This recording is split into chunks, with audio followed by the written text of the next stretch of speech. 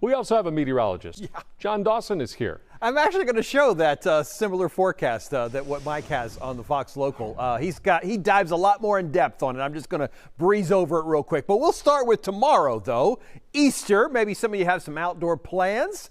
For sure, it's going to be another day like today where we're mild in the morning. I think we'll be warmer in the afternoon. We've got to break up some of these clouds, though, in order to make that happen. And for sure, that humidity is going to be around enough to make some dew out in the grass. And as we talked about, it'll feel a little muggier when you get into the afternoon. So yeah, this morning there was a little bit of some sunshine out there, but man, things have really clouded over now with our tower cam looking back towards the downtown Houston area. Our high temperatures that we've been able to do so far today have been 77 to 78 degrees, pretty close to what the current temperatures are. I really thought a little more sunshine would have allowed us to kind of warm up a little bit more. Here's the lows. Will be probably even a little milder than this for tomorrow morning, so those lower 60s. But the trend is certainly warming. So when we get into tomorrow, I think we'll make it up to the 80s. We'll be in the 80s for sure on Monday, and then we'll have a front that comes through early Tuesday that really starts to knock these temperatures down and sets us up for some really pleasant days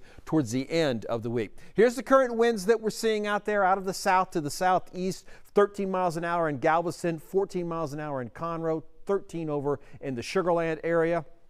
Sort of that bigger picture keeps that high pressure that's over near Florida kind of helping to push all of that moisture in at the surface. Now, in the upper levels of the atmosphere, we use our water vapor imagery to see what's happening. Look at this system churning away right on the west coast there of California. That's going to be the one that starts moving across to the east. That's going to be kind of the next storm maker, the spring storms. We're already expecting some of those on Monday. We're going to be out of the higher chances of severe weather, but we'll adjust this, of course. The Storm Prediction Center will adjust it over the next couple of days, and we'll see how those all sort of turn out. I do think we're just going to have mostly showers and a few storms.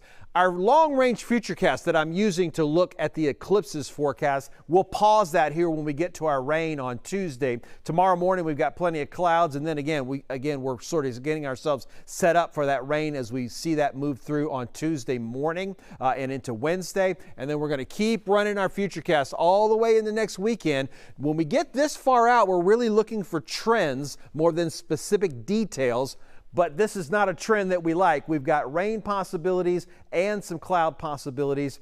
That's going to make viewing not so great. But at this point, we do expect this to change. It's going to have some changes over the next couple of days until it really gets fine-tuned when we're several days out instead of over a week away. But here's what we got for the 7-day forecast. As I mentioned, once we get past the rain on Tuesday morning, we're really looking at a very pleasant week for the rest of the work week.